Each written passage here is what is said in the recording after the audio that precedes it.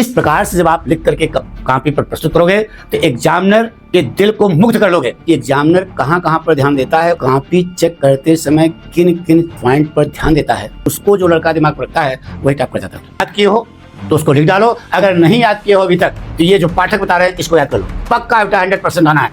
इतना विश्वास दिलाते हैं बेटा कि 3 जो हमने आपको बताए हैं,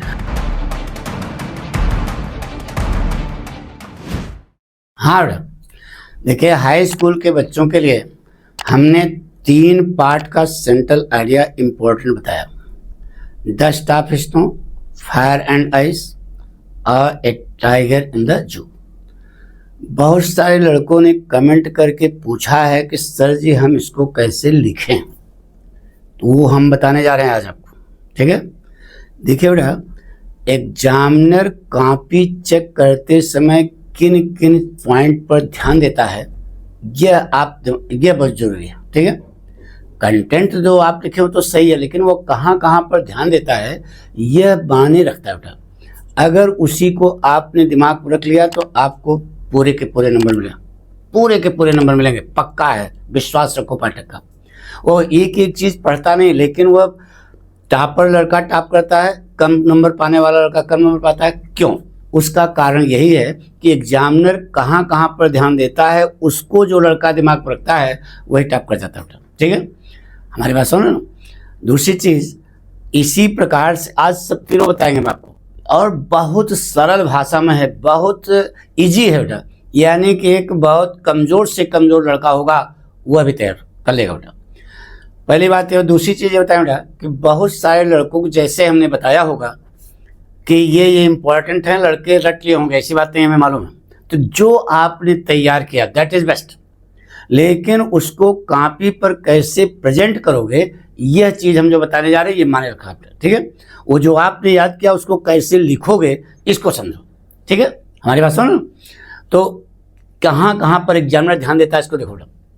पहली बात तो आप लिखोगे आंसर नंबर जो भी आपका है, बड़ा ब्रैकेट सेंट्रल आइडिया। अब क्लास 10th में लिखना है सेंट्रल आइडिया। ठीक है, अब नीचे फिर आना लिखना द पोएम, देख रहे हो ना, पोएम का नाम the staff snow, the poet Robert Frost.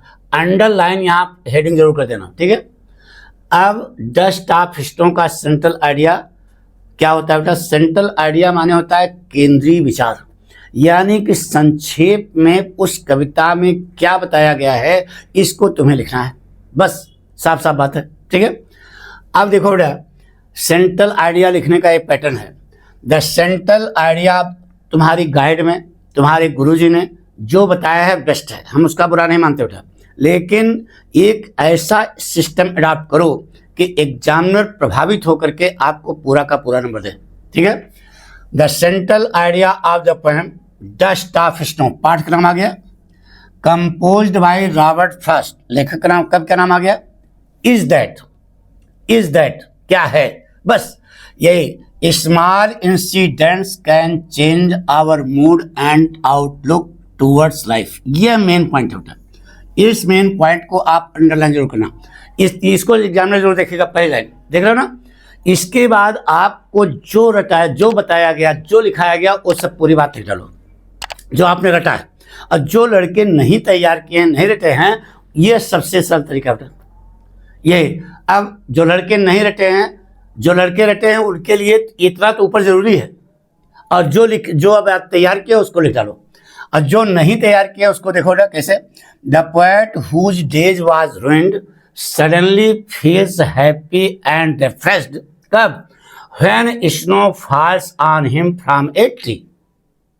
बस ना, पढ़ा होगा पाठ, देखो the snow changes his mood and gives him pleasure. ठीक है, the poet wants to convey that sometimes certain movements have a great importance, have a great importance। अब फिर दूसरा पॉइंट कहां पर ध्यान देगा एग्जामिनर, देखिएगा बिल्कुल कंक्लूजन का। इट टीचेज अस, कौन टीचेज अस?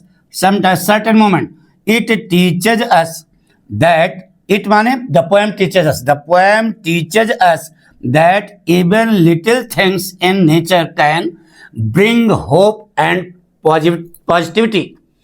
ये लिख लेना बेटा, ठीक है। ये अंडरलाइन जरूर कर देना। ये तुम जो याद कर चुके हो वो भी, ये ऊपर वाली लाइन नीचे वाली लाइन, और जो नहीं याद किए हो तो पूरा तैयार करो। इतना तक आप अंडरलाइन कर दो, मेन पॉइंट आपका हो गया बेटा। नीचे अगर एक कोटेशन डाल देते हो तो 4 चांद लग जाता है बेटा। देखिए कोटेशन क्या लिखा है नीचे, देखिए, a thing of beauty is a joy for ever. John Keats की लाइन है।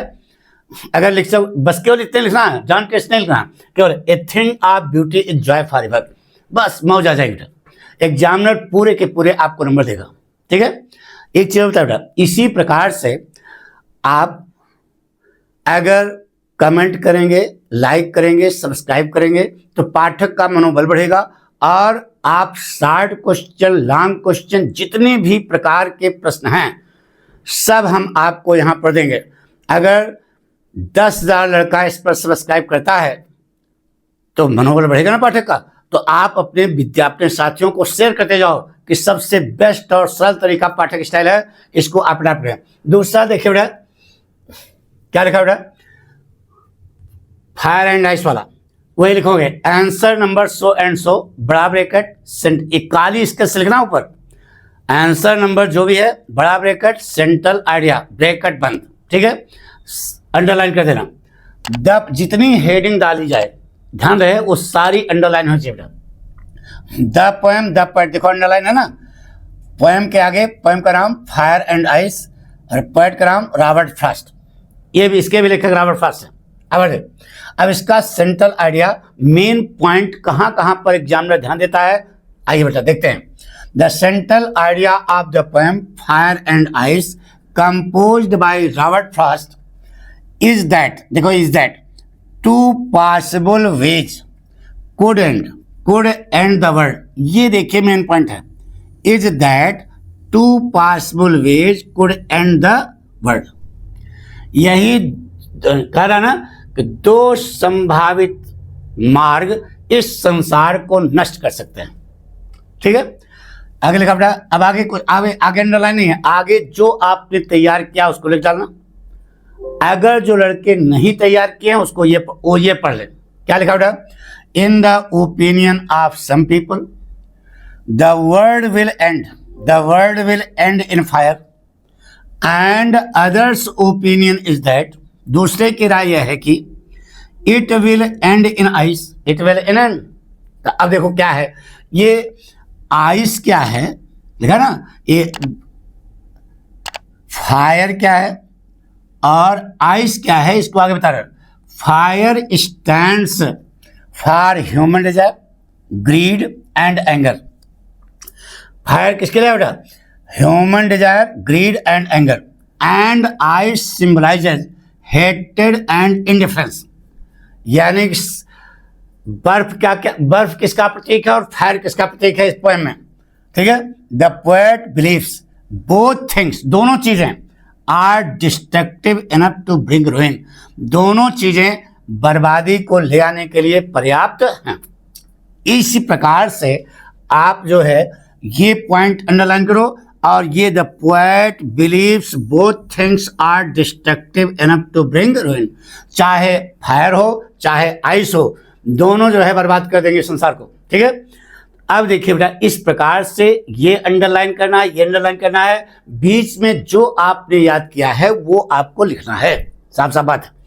और नीचे एक कोटेशन पाठक स्टाइल से बेटा, कोटेशन क्या लिखा बेटा, grid is a fire that Burns the heart. Quotation क्या जोड़ता है बेटा, लालच एक आग है जो आत्मा को जला देती है। इस प्रकार से जब आप लिख करके कॉपी पर प्रस्तुत करोगे तो एग्जामिनर के दिल को मुग्ध कर लोगे और वह खुशी खुशी आपको अच्छा नंबर देगा बेटा, समझ गए ना। तो आपसे भी एक सलाह के शॉर्ट क्वेश्चन, लॉन्ग क्वेश्चन भी अगर सब कुछ जानना चाहते हो, लेटर, आपके यहाँ लेटर भी आता है ना, अरे यार कंप्रहेंशन भी आता है, सब कुछ आता है, ठीक है। तो उन सब के लिए आप लाइक करें, शेयर करें और कमेंट करके हमको बोलें कि आप ये बताइए, तो हम सारी चीज़ें आपको एक एक पॉइंट क्लियर करेंगे बेटा, ठीक है। और सीधी सी बात है कि जितना ज़्यादा से ज़्यादा लड़कों के पास ये पहुँचेगा, समझ ना, उतने ज़्यादा जो है पाठक का आत्मबल बढ़ेगा, उतना बढ़िया हम आपको बताएंगे बेटा। अगला देखिए, देखा बेटा, वैसे ये क्या नाम है, द टाइगर इन द जू। यहां पर जो है आप क्या लिखोगे, आंसर नंबर जो भी है बड़ा ब्रैकेट सेंट्रल आइडिया अंडरलाइन कर देना। The poem the tiger in the zoo, the poet Leslie Norris, लिख लिया।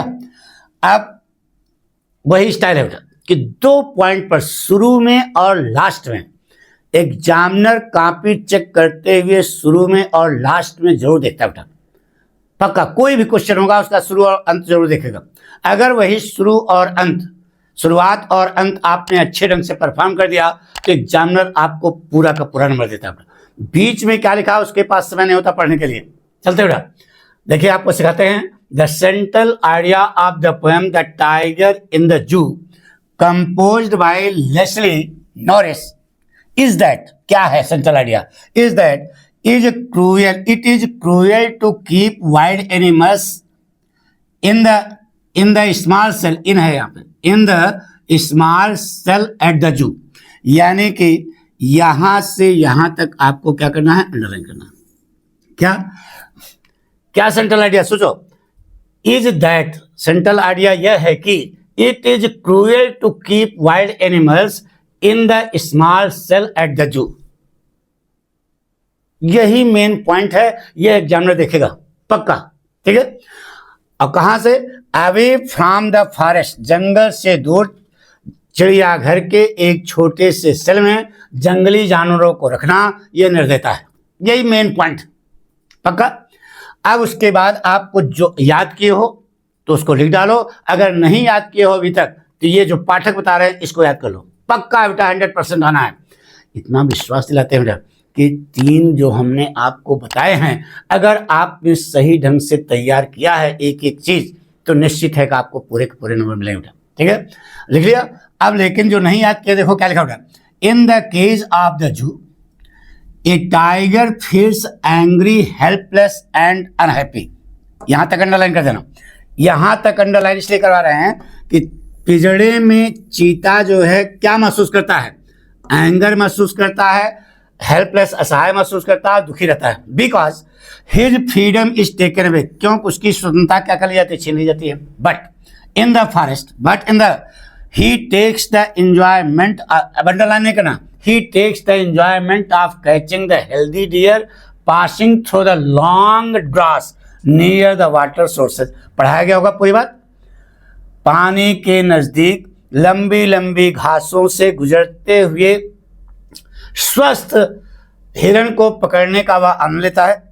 और क्या होता है बेटा, द गांव वाले जो है उसके, the villagers are afraid of his bare teeth and claws, गांव वाले उसके दांतों से, ना बेटा, टीथ है, बेयर टीथ है बेटा, बेयर टीथ, ना बेटा, टीथ के स्पेलिंग सही कर लो, bare teeth and claws, claws माने पंजे, गांव वाले उसके नंगे, ना बेटा, बेयर माने नंगे, दांत और पंजे से भयभीत रहते हैं। ये मेन पॉइंट है। अब नीचे एक लाइन, क्यों, as he feels freedom joy and strength in the forest, ये मेन पॉइंट है। क्योंकि वह जंगल में क्या महसूस करता है, स्वतंत्रता महसूस करता है, आनंद महसूस करता है और अपनी ताकत को भी महसूस करता है, ठीक है। इस प्रकार से आप ये कोटेशन ये यहाँ पर यहाँ अंडरलाइन करेंगे, यहाँ अंडरलाइन करेंगे, पूरा मैटर आपको समझ में आएगा। देखिए यहाँ स्पेलिंग गलत थी, यहाँ इस की जगह इन होगा, यहाँ टीथ की स्पेलिंग लिख रहे हो सही, अरे रोज टूथपेस्ट करते हो टीथ कर देना, ठीक है। अब देखिए बेटा नीचे एक कोटेशन आ रहा है, he stalks in his vivid states. अगर आपने इस प्रकार से तीनों सेंट्रल आइडिया याद की है और लिखने का अभ्यास किया बेटा, कॉपी पर लिख लिख करके आपने देखा है इम्तहान के समय पहले, तो पूरे के पूरे नंबर मिलेंगे। हमने बार बार कह रहे हैं बेटा कि शॉर्ट क्वेश्चन, लॉन्ग क्वेश्चन अगर जानना है तो यह वीडियो इतना ज़्यादा वायरल कर दो कि लड़के हमसे पूछें कि गुरुजी शॉर्ट क्वेश्चन कौन इम्पोर्टेंट है, लॉन्ग क्वेश्चन कौन इम्पोर्टेंट है, कौन सा पार्ट इम्पोर्टेंट है, लेटर कैसे लिखें, कंप्रहेंशन कैसे करें, सारी चीजें हम एक एक करके आपको बताते रहेंगे। थैंक यू बेटा।